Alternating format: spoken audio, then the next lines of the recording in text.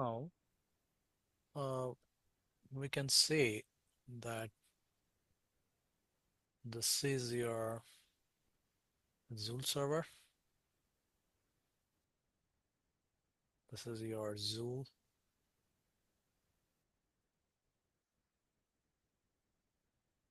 Now we use Zool for two purposes. The first one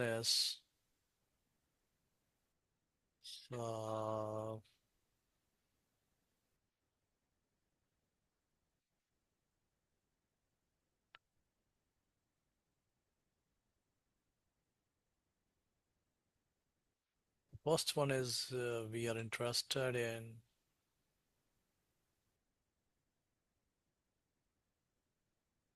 what uh, we are interested in rerouting.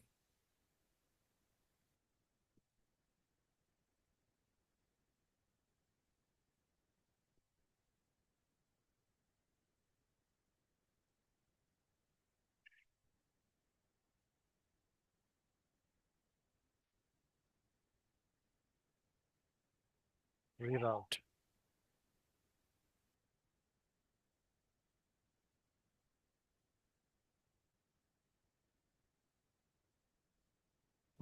And the second one is we are interested in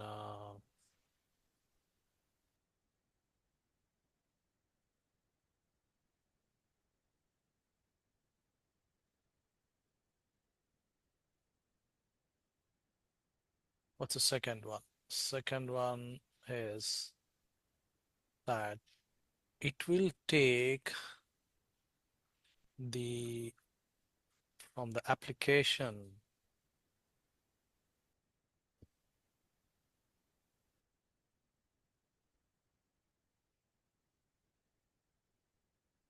It's going to take the credential details. This credential details is given, right? Let's take this outside and then let's say I'm going to take the credential details.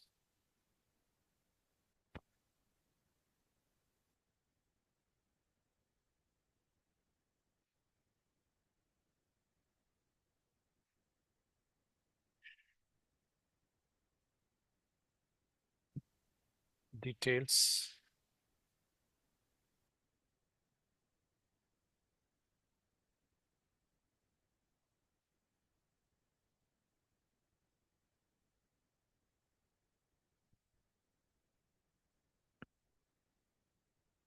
And Zool takes this credential details and then it gives this to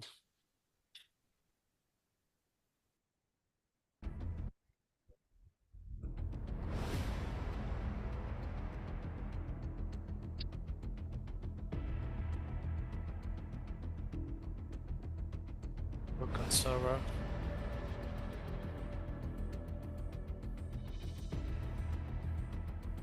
Server for OAuth-2.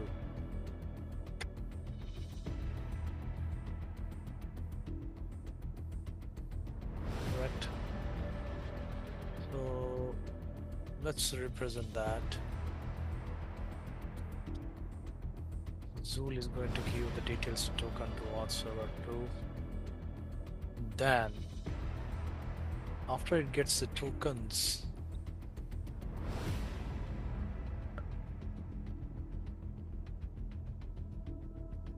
give this back to Zool.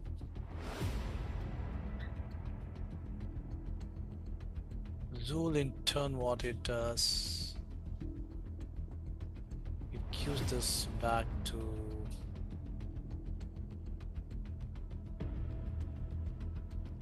application.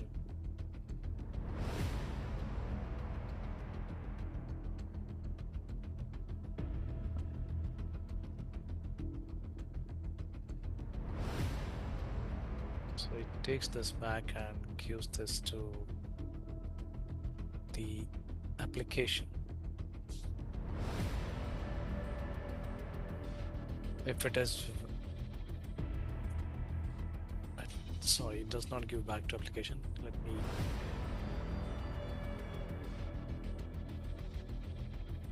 restate that. Let me take that back. So what it does, it is given to Zool, and if it is valid, then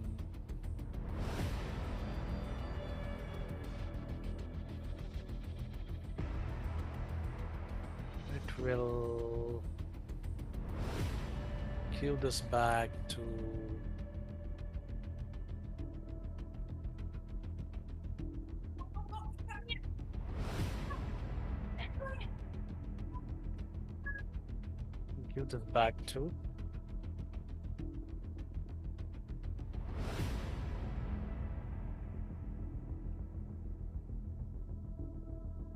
it will do the rerouting.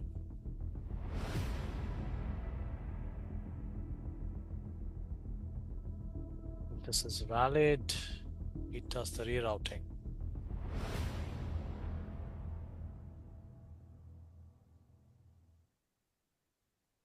We made USAA After the for reroute, homeowners who like being ready. That's why we have safety tips application for things like fires.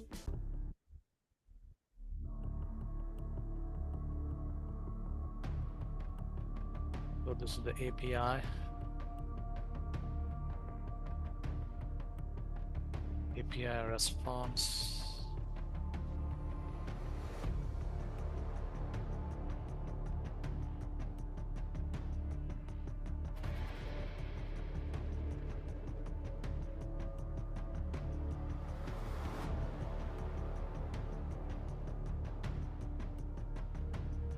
So after the reroute is successful, application gets the API response. If the reroute is successful, right? Let's put this.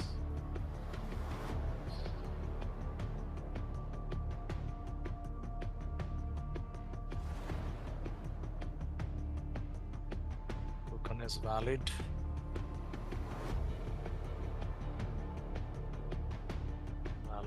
Reroute is successful.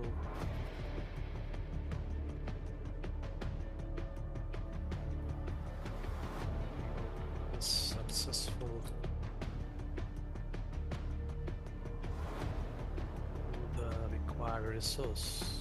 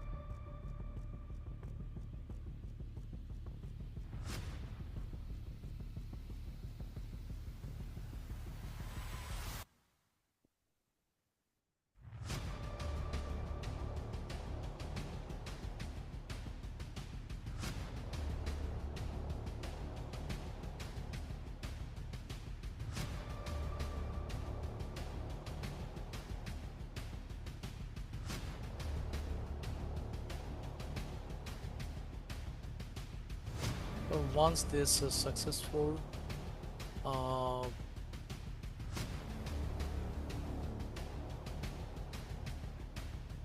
in this case, in our case, it's resource is API, so you get a valid response from this API.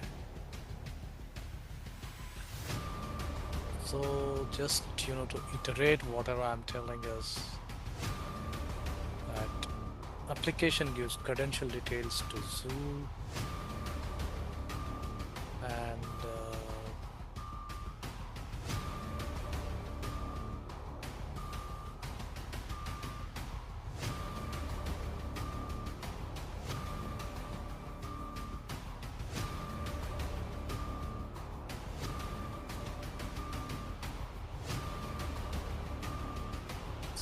gateway.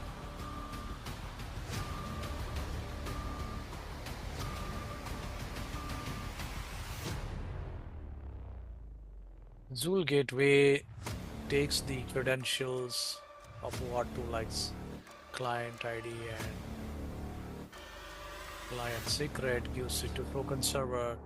Token server provides tokens, right?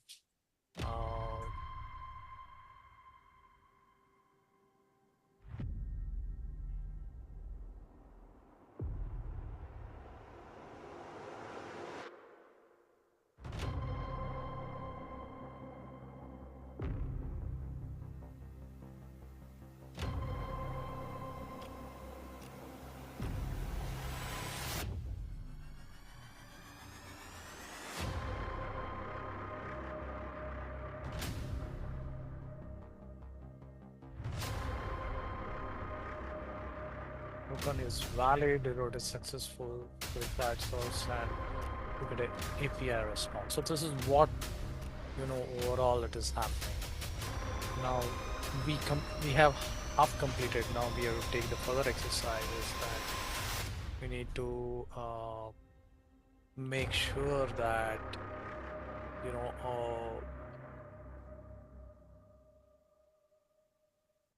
we are able to provide tokens and supply back the tokens.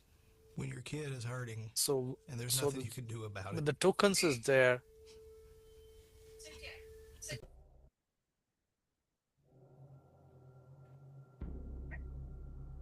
By Zool.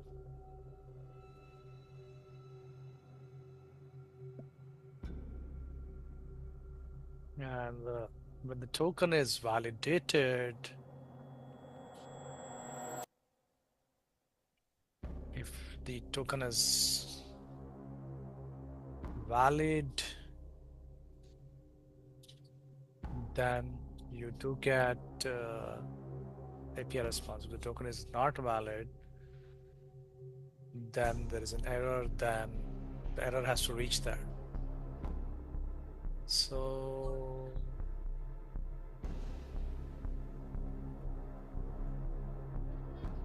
even you have to tell that if in case there is an error, you have to tell this to application.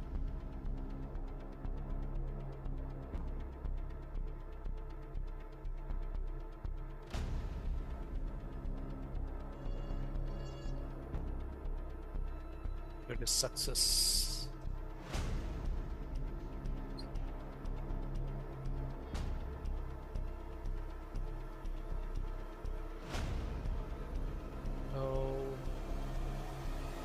How do we do this? Now this is what we're going to plan. We're going to use SpringBoot, wherein we'll try to use Google as a source for part 2. That means here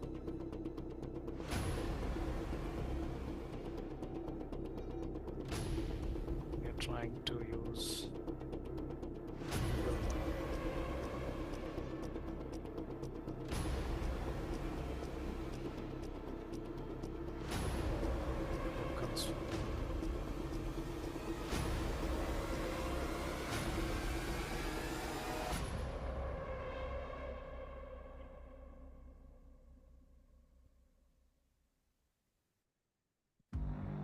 So when we use Google for OAuth2, that means that I'm going to say for this particular client ID and client secret. If I get those client ID and client secret, I will give the tokens to the Zool. Zool will validate that, and if it is true, it will reroute to the particular resource which the application is interested. So in our case, it's API. The API request to which the application will pass, and it will get the response. So if the token is not valid, it will send an error to the application. So this part which is there,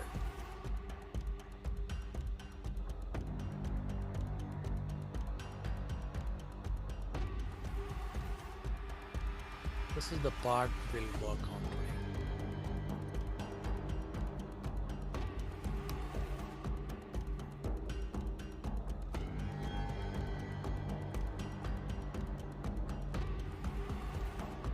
how will we exactly do this?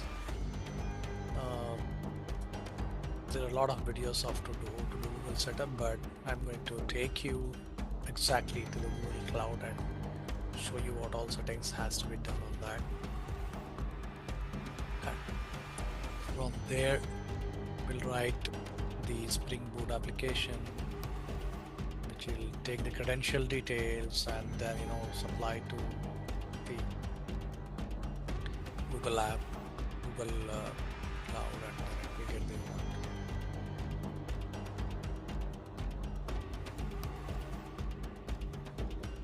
So now what you see is a console.googlecloud.google.com, and you see the project name here on the top. I've created a new project. If the number 76057, and then you have a name here.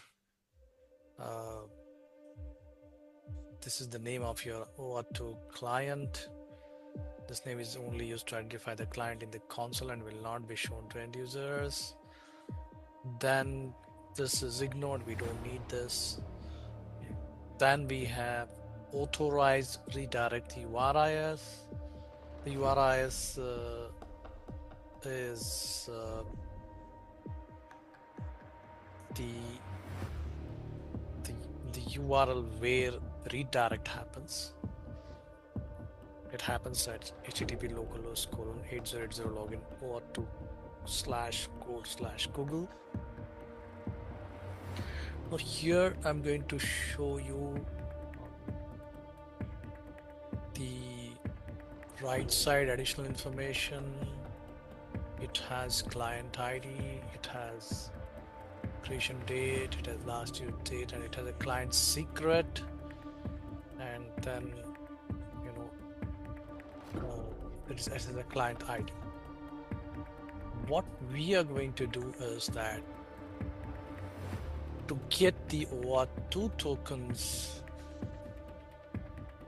we are going to send the client ID, the client secrets, to Google Cloud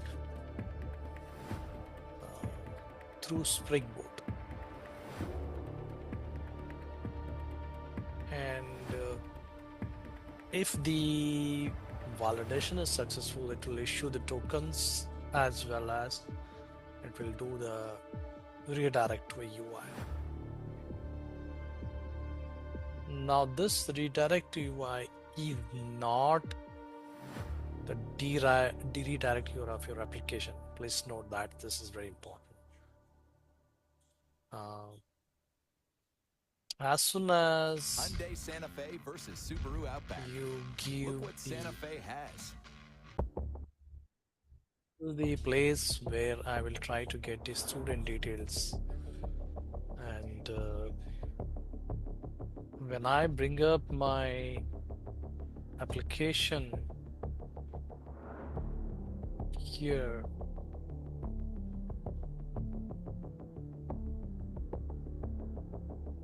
I'm going to type the whole name, and then as per the routing, whatever is there here, it is supposed to route to http localhost 8090 and then give the URL whatever is there here.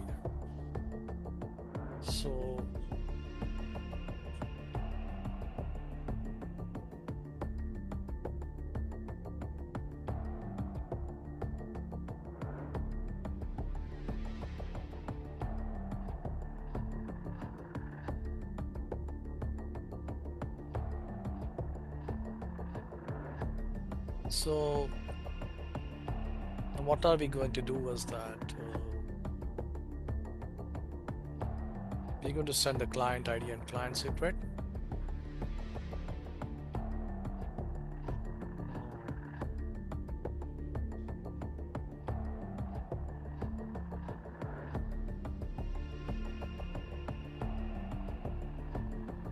So now we are going to start the SpringBoot service. Here I'm going to start only my application first and then hit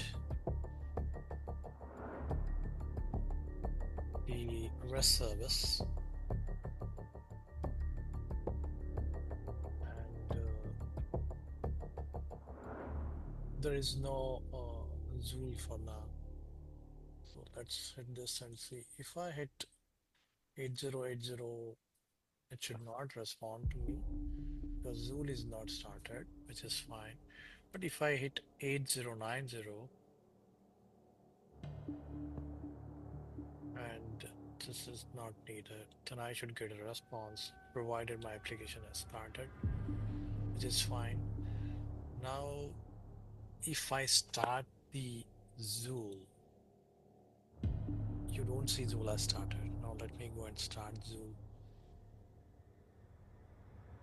But before I start Zool, let me show you what is the application.properties. It has its own route, and as soon as the authentication is successful, you have the client secrets and client ID here. We can also put the client ID and client secret inside my application, and we can ask Zool to pick up the client ID and client secret and then send it to the OAuth2. But right now,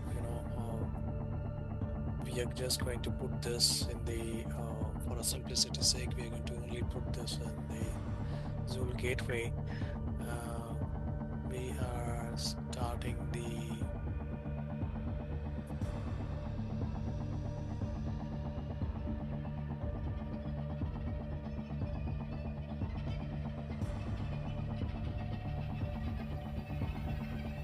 okay, there's no class here, which means I need to compile this.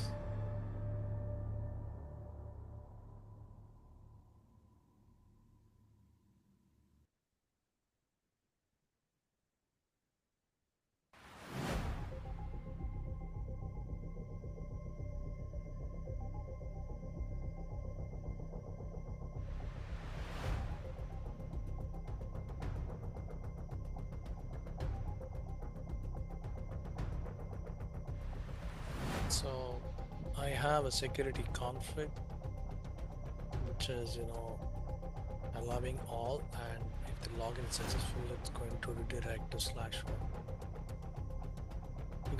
So now we come to the very critical part here. The critical part is the security config, which extends with web security configure adapter. What are we doing is we are touching the filter part of Servlets. The filter configuration is done in web.xml, and then that's the entry point for HTTP requests. So that is like a gate entry for HTTP requests.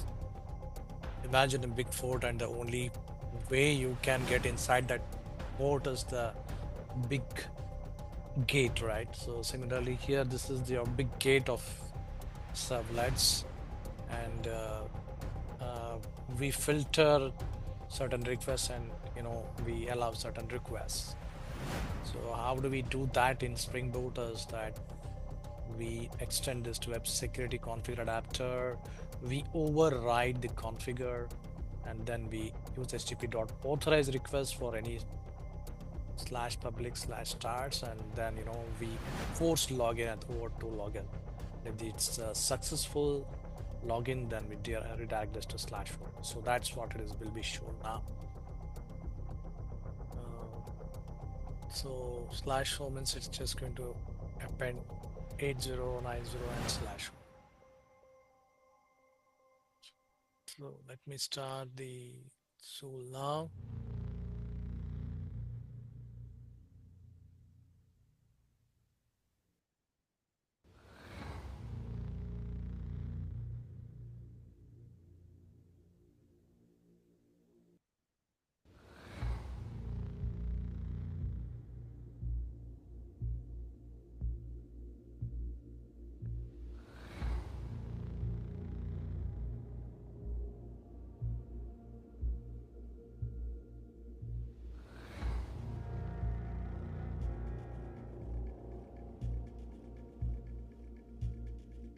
So the Zool has started on 8080. Then application Java has started on 8090. So now I'm going to hit this. Let's see what happens.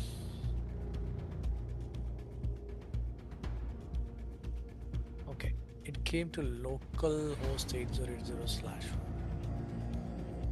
Why did it come here? Because in my security config, where I have enabled configuration, enabled web security, I put this to slash home as a default success URL. So what we have achieved now here is that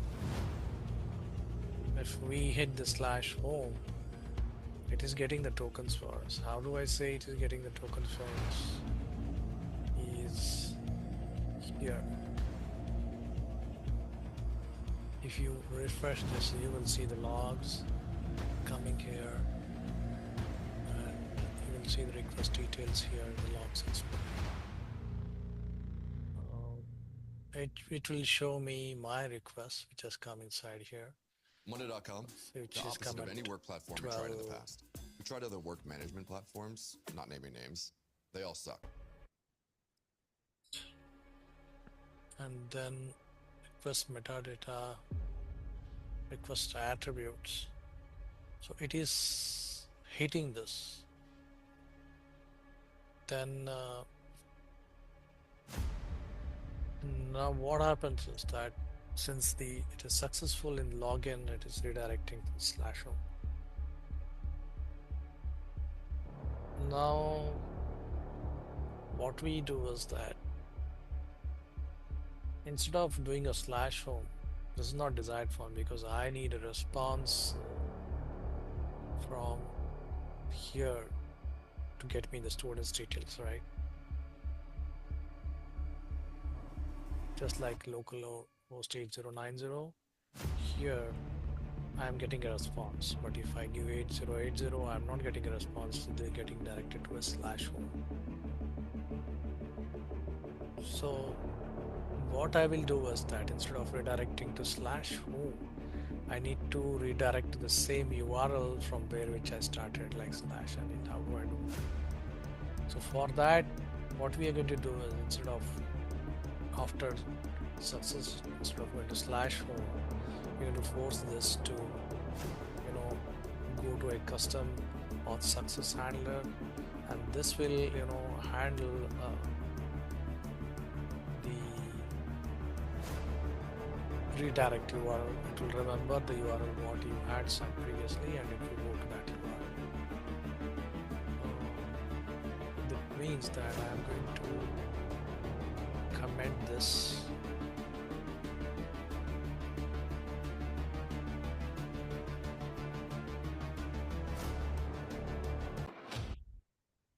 New custom O2 success handler is going to help us to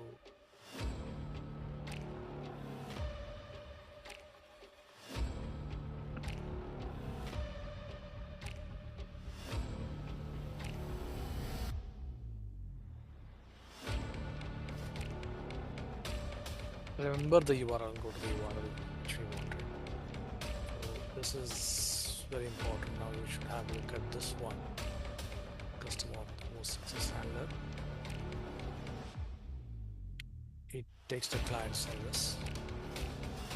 Now this is very important, is that we are having a customized authentication success handler, and why it's customized because we can save that request. This is aware of the request which is saved, and that's the secret of going back to the same URL from where we started. So that's why it is called customized. On authentication, it takes the request. If client is not equal to null and client token is not null, then we'll display the token, we'll display the expiry, and what we will do is that if the authentication is successful, we are going to redirect this to the URL what we had coded. Where are we doing this? On authentication success, we are going to take the client, then authentication success, we take request, response, and authentication. And now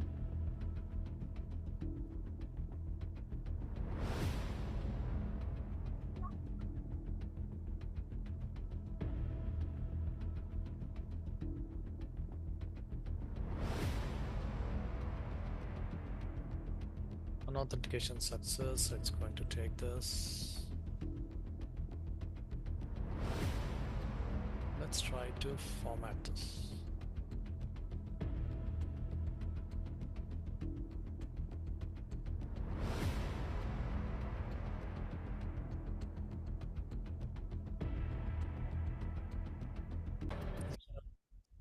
Welcome, we have a custom success authentication handler which takes up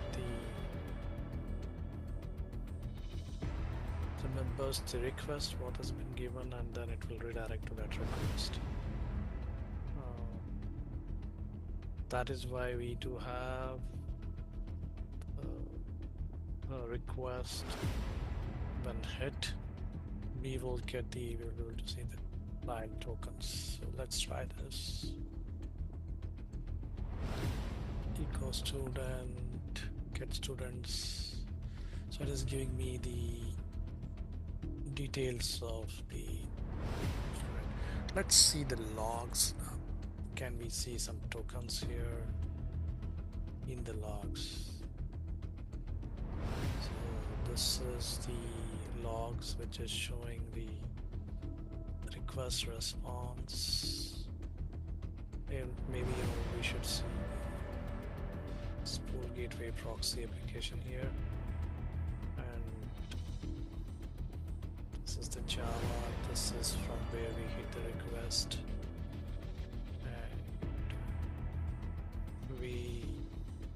we are able to see this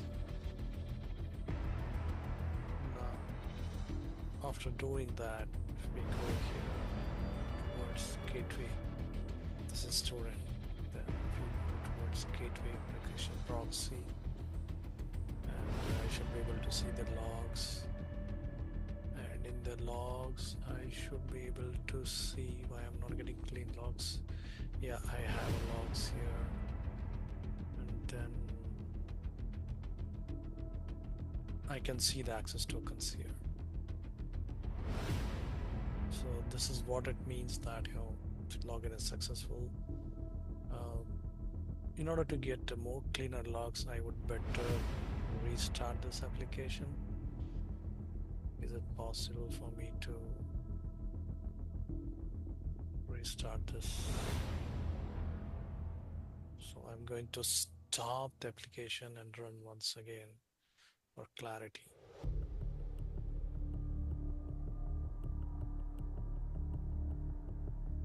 So let me rerun this application.java.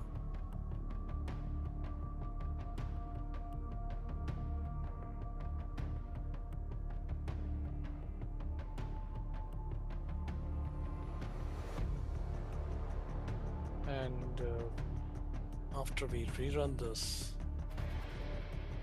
as we see that the tokens would be shown here in the logs.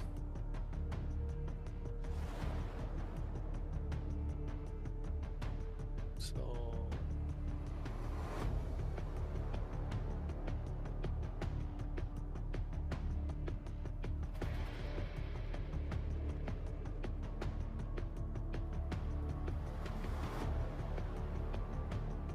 podcast has started.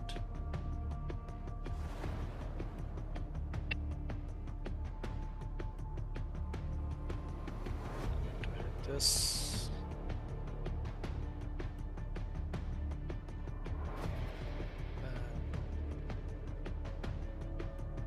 Let's see the console.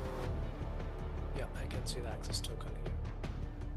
So that's it. I'm going to conclude my video here. If you liked, hit the like and subscribe button. Thank you. So now the next episode we are going to deal is with how do I take the client ID and client secret from my application to Zool Gateway and then pass it on to the OAuth2. And we also will deal with SSO, or you know that when you log in, your details are pulled from a LDAP, like your location and all. So, authentication and authorization is also related to your, where the location, which location you are there. Like for example, you have a trading application in US, and the same broker is there in India also. So a person from India should not be able to approve the trade from which is running in US, right? Because he's not knowing the rules of the US trading, right? So how do you handle that? So that is the way you're They going put a lot of time to and effort making a real-time index for your code base and optimizing. So we're going to deal with those kind of scenarios on how do we do authorization authentication. If the details are there in LDAP, how do we make that we pull that? So those scenarios are more prominent in where we have a UI. Maybe we can do the episode with the UI. If you're much interested to watch the next episode, hit the like and subscribe button. Thank you all. Have a good time ahead. Thank you.